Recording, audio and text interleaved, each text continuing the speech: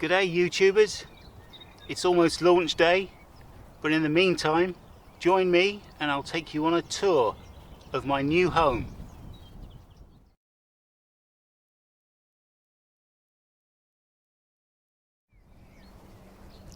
Well, firstly, as you can no doubt see, since you last saw her, she's been pressure washed and blacked. It was incredible to watch as the guy,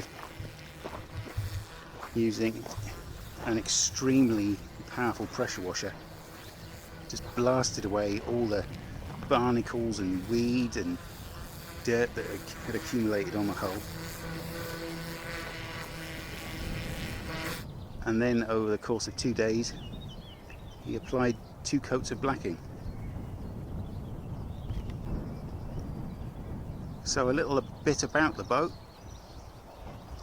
She's called Aslan, as in the lion from The Lion, the Witch and the Wardrobe. She's 45 foot, trad stern or traditional stern, built in 1989 by Eastwood Engineering, and she features a boatman's cabin fitted out by a carpenter joiner called Ron Hearn. She also guards a little secret. For the knowledgeable amongst you, you might have a rough idea what I'm talking about by these side doors. She has quite a sizable prop for a boat of this size, which means that she moves through the water very nicely, so I'm led to believe, because I haven't actually sailed it yet. So starting on the outside, out the front, there's the obligatory gas locker. Inside there's 2 gas bottles. The inside of the gas locker was corroded, so I scraped all that and cleaned it out and painted it up with Hammerite smooth black. Also at the front she features this rather superb vintage CAV tunnel light, which I believe originally came from a Rolls-Royce or a Bentley. I've also added a chromed klaxon horn. As you can see, she's a tug deck. It's quite unusual, especially on a boat of this size. And continuing at the front, there's a pair of steel doors with timber on the insides, nice and secure. And to top it off, a steel hatch. This was the one which I had in the van, which I spoke about in my last video, because it was so heavy the previous owners couldn't lift it up, so they had it replaced with a wooden hatch, which among many things wasn't very secure. Also the chimney on the roof was leaking, and water used to run down the outside of the flue and congregate on top of the fire, so I completely removed this, cleaned it up and totally resealed it. That there is actually a TD aerial mount. Also on the roof, a selection of tools. There's a barge pole and a long wooden pole for pushing and so on, and a gangplank, all stored in these nice wooden holders. There's mushroom vents. Once again, these will be having a polish up at some point. And the roof paintwork is in quite nice condition. Another roof vent there, 2 centre lines, and the obligatory cleat here to prevent you from, when you're using this line, from ripping the vent off for the instantaneous water heater. Another clue to the secret inside this boat is a baked bean tin. Once again, if you know your boats, you might have an idea what I'm talking about. But more on that later. There's the top hatch for the side doors. Here's another roof vent. This one is an original and it's all wrong, so I'll be replacing that with a mushroom vent at some point. This is the roof gland for the solar panels. It's a rather nice all metal pigeon box with miniature portholes in the top. Once again, these will polish up very nicely. And then we come to the solar panels themselves. This was my own sort of layout and design. I used standard plastic mountings, but this one was originally a 100-watt folding solar panel, and I took off all the legs and clasps and catches and so on. This strip of aluminium was from one of the legs, and I bonded these in place using Sikaflex 252, and then sat the panels in the cups and drilled and bolted this stiffening strap across there. This is the solar panel that came with the boat. It's a 40-watt, so I have a total of 140 watts, which, as I'll explain at some point, is perfectly adequate for my needs. Once again, sat in cups by there, and then a couple of brackets, one either side, with that sat on it and bolted to it, and you end up with an entirely rigid structure. Now, I'm very pleased with the way that's worked out, because it has a slope to it, but it also conforms to the shape of the roof. And from the captain's position, it's not an eyesore.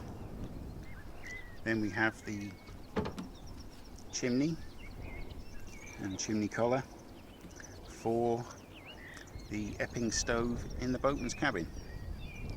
And finally, sliding hatch and a pair of steel doors. And of course the all-important tiller. And then we come to the interior.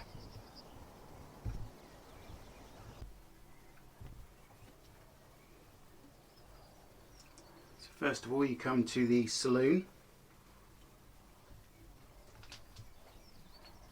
As you can see, it's currently a saloon and storage room at the moment. As I'm so busy finishing all the jobs off ready to go on the water, I haven't really had much time to sort out where everything's going. Very handy little cupboard under there, which goes right under the well deck and is about 2 foot high. Plenty of storage space. Multi-fuel stove, and there's very nice steps which were handmade by a local carpenter, not for me I might add, but for the previous owner. And the best bit, each step has a storage bin. Brass bands and various horse brasses on the front chimney. Excellent space for the guitars. There's a TV which does work, but I haven't even bothered trying to connect the aerial yet, because I don't really watch telly. And a nice comfy sofa, which also converts into a sofa bed, but as it's only going to be me on this boat, I don't have any need for that. Then we come to what at the moment is the kitchen or galley and office. Nice sink and mixer taps. There's a 5 litre, or is it 5 gallon, not sure, accumulator, which gives you good pressure and hot and cold. And a drainer. Good drawer space. Drawer space this side, cupboard space there. This side had a fridge in it when I bought the boat, which was a 240 volt fridge. So I'd always intended to get a 12 volt fridge, and this side was a cupboard. So I took the innards out of this cupboard and put them into that cupboard, because I bought a Shoreline 12 volt fridge. It's an RR136. Needless to say, it works like a fridge, and even has a little freezer compartment as well. And the obligatory and very boring under sink cupboard. Instantaneous water heater and a microwave oven. There's 12 volt LED lights throughout, which are incredible. They chuck out a huge amount of light and they burn no amps whatsoever. It's milliamps. More storage under there. And my toolbox. I'll do a little video of this toolbox because it's amazing, and the price is equally amazing. And this leads into the engine room. Now there's so much to see and talk about in the engine room, plus the engine room's little secret, that I'm going to skip it for now and go straight to the next room, and I'll come back to the engine room. Rather nice, very heavy door leading to, we have a bathroom. As the old advert goes, it's compact and bijou, Mostin. Compact and bijou. Now straight away there's a sink which I put in. The original sink, which was a porcelain one that you'd normally find in a house, it just did not suit a boat. Plus the fact it was huge and took up so much room.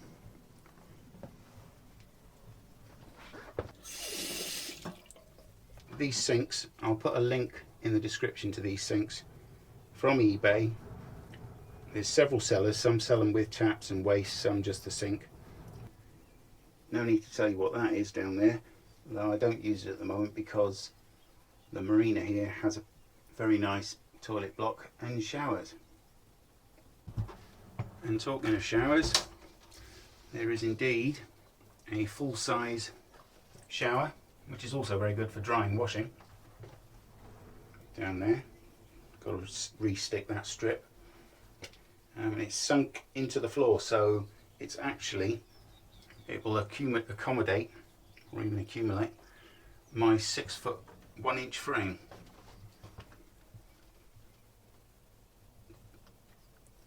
There's also, that's the inside of the pigeon box, and then a door which leads into the traditional boatman's cabin. This is probably my favourite room on the boat, mainly because it's also the bedroom. There we have a bed box which drops down and makes a cross bed, and in there is a 2-piece mattress. When I moved onto the boat, I found a huge box full of paperwork, and I discovered a receipt for the mattress. It wasn't even a year old, and it was from a company called the Edwardian Bedding Company, and I have to say it is the most comfortable bed I have ever slept in my 49 years. Once again, 12 volt lighting with LED discs in it, extremely bright. Plenty of storage under, and a useful box for tools and things. This is a 240 volt switch over, crossover box, which I installed so I can switch from inverter to Shoreline. Not that I'll ever be using Shoreline, so I'll be continuous cruising, but the options are there.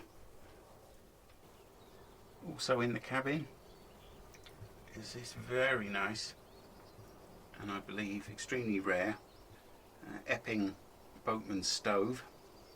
This flap was seized, which I freed up, which opened the chimney, and then loads and loads of crud came falling down behind here, which I've also freed up, and at another point I shall be cleaning this up. giving it a good clean out. And then in the winter time I'm looking forward to having a nice bit of warmth off this, and maybe even a bit of cooking. That's the ash box. And the fire is actually lit on the top in here, which is amazing. Also helps to clear out through this hatch here for cleaning the oven out. And here is the actual cooking department in there. Like I say, we'll need to clean up. Very handy little drawer there. More cupboard space. And a crumb drawer. And the cupboard below. And what will eventually be my office. Very good pull down table there. Space for a laptop and so on. I'm going to run 240 power off the inverter. And under the floor there I took out an old manual bilge pump, that's all there was, which may have been complicit in causing the corrosion under the bilge, which I also cleaned up and painted.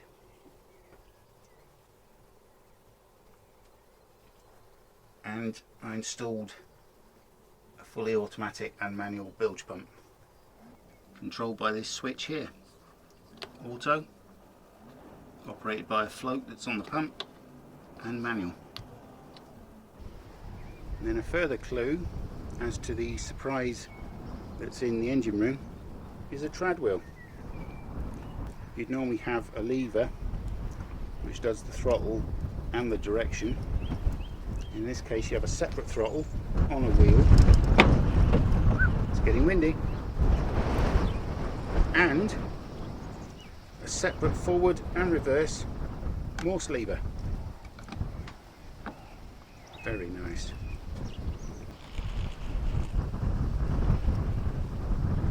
But wait a minute, there's something missing.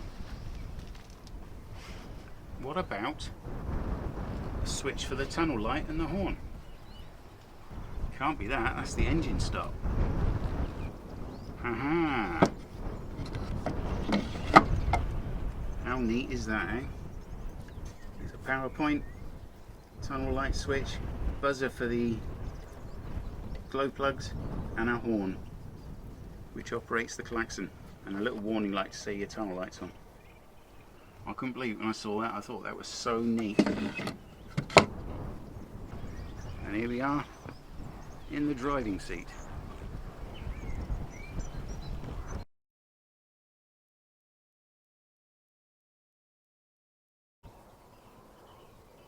That is a 1952 Petter McLaren B2 twin-cylinder diesel engine with a Kingfisher MA150 hydraulic gearbox, and it features, which I really like, leather drive belts. That flywheel is a solid lump of steel, incredible weight. In fact, the entire engine, according to the manual, weighs around about a ton.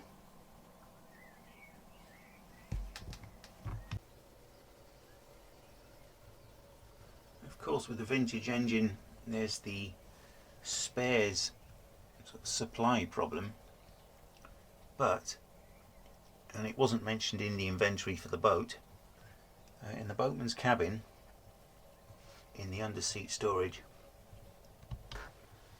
there is an unbelievable amount of engine spares, pistons, big ends, main bearings, rings, oil filters, gasket sets. She's an absolute beaut, and she runs like a clock, like a well-oiled clock. These Petter McLaren engines are extremely rare. If you were to go on Google or forum to do with vintage engines, chances are nobody will have heard of them. Kingfisher gearbox, an MA 125, that's what it is. It's a hydraulic gearbox. There's the throttle, and this cable runs all the way along around this pulley.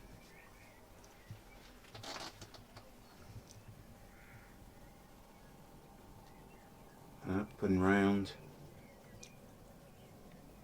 and along,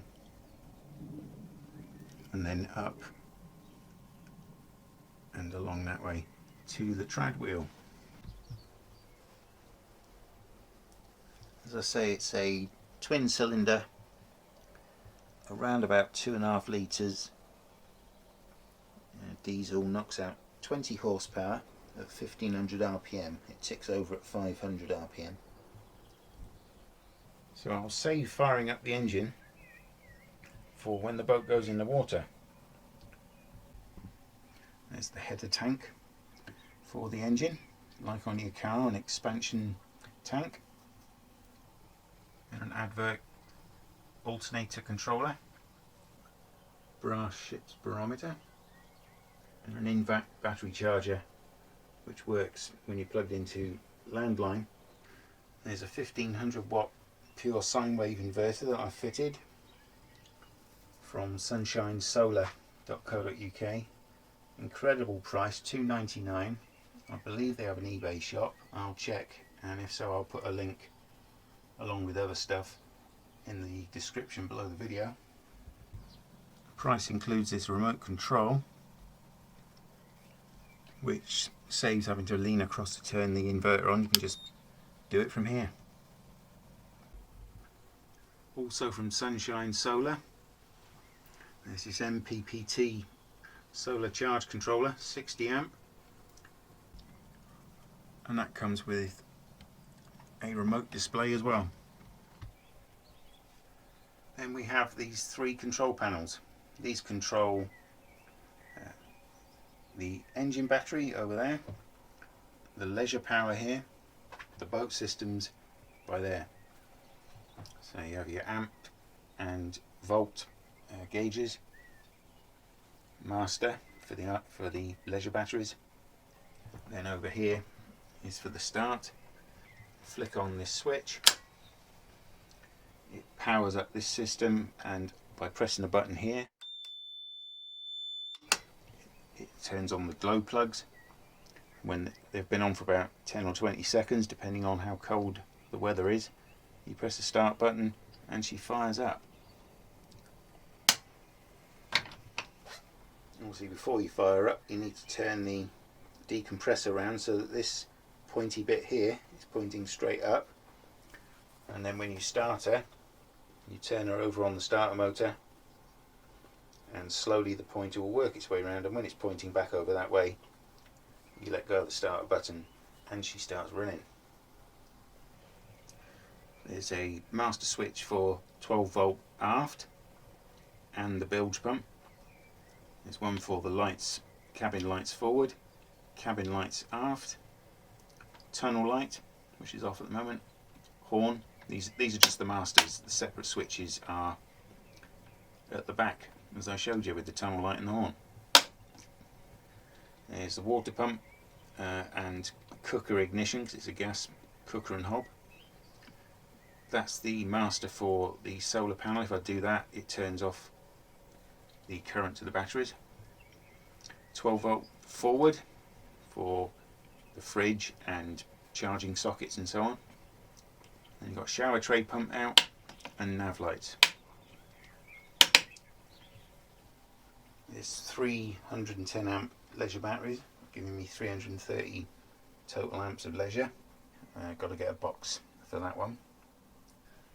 In the boatman's cabin there's a complete set of drawings for not only the original boat build but also the boatman's cabin and the installation of this engine, and wiring schematics for these 3 panels, and they were all designed and built by an enthusiast who worked for British Aerospace, which is why it's all of extremely good quality and works. And there we are. There's a tour of my boat. I've spent the past 4 weeks doing nothing but working on it. I've added things, I've fixed things, I've added more things. It's Friday. In the next couple of days the boat will be going on the water, and I'll be taking you along with me. It doesn't seem like 4 weeks ago. I can remember very clearly my very first night on this boat.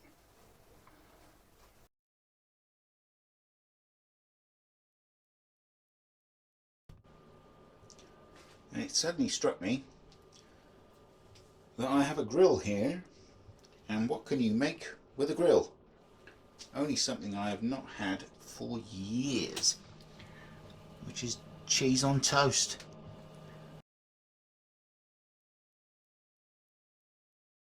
So while I'm waiting for the toast to toastify, I'm going to slice up a nice bit of cheese. Good job I had some cutlery and stuff in the camper van. No plates though. So I think some good thickish slices of cheese. Don't want to go too berserk, but I'm very hungry. All I've had today was an emergency pot noodle, so I'm going to have 4 slices of cheese on toast. And why not? It's important when you're making like a mechanic's or a workman's cheese on toast, make sure you've got the remnants of the dirt from your daily work and your fingernails. Absolutely essential, that. So I'm just turning the bread over. There's 2 grill handles for the grill pan, but none of them fit.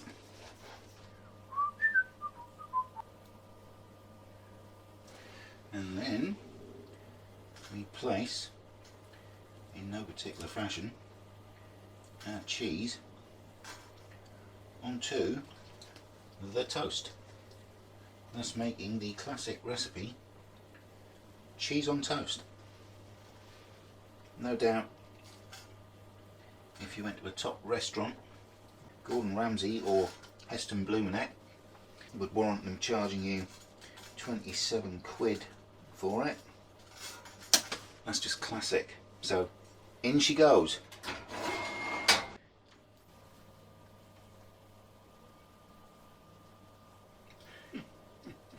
Nearly there.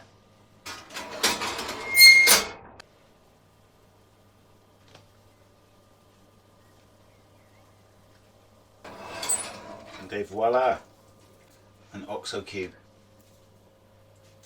Ooh, obviously not as thick as that. Still, you spread it about a bit.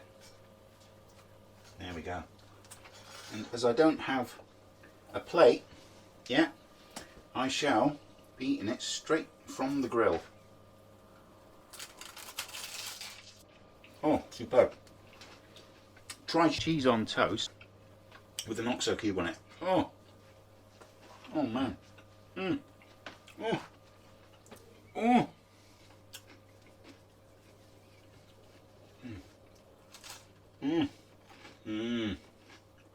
Oh, oh my word, that is good.